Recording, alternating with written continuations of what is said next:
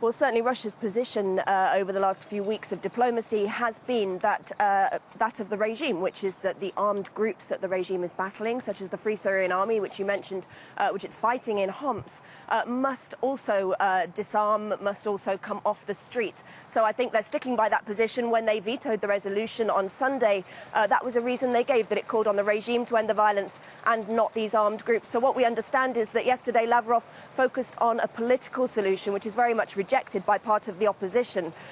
Assad was quoted by the Sana news agency, the official news agency, as saying he was committed to an Arab League initiative. That's not the one that was enshrined in that resolution that was rejected, but an earlier one that calls on both sides to end the violence, calls on both sides to negotiate. Now, that was rejected yesterday again by Syrian National Council officials.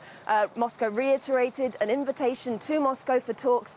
They've rejected that too. So it doesn't really seem that there's any chance of success from this initiative. And meanwhile, Western powers and Gulf countries upped the pressure yesterday by withdrawing their ambassadors, including those of the United States, France and the UK. So much more pressure on the regime and really no sort of noticeable outcome from yesterday's visit.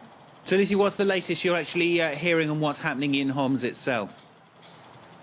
Well, it's extremely difficult to get hold of people in Homs at the moment. Communications have been completely cut, internet and telephone. Now, the Avaz organisation, the human rights organisation, said yesterday that 80 people had been killed over the previous 24 hours in Baba Amr alone. That's just one opposition stronghold in Homs. We understand that people are being treated, as you say, in homes with very rudimentary equipment. The medical supplies are extremely short. There's one field hospital left after one was bombed on Monday. As you say, Zabadani has also been attacked, and we also heard yesterday of a return to violence in Hama, the central city that was the scene of a massacre in 1982, where 4 people were killed yesterday during security raids on homes.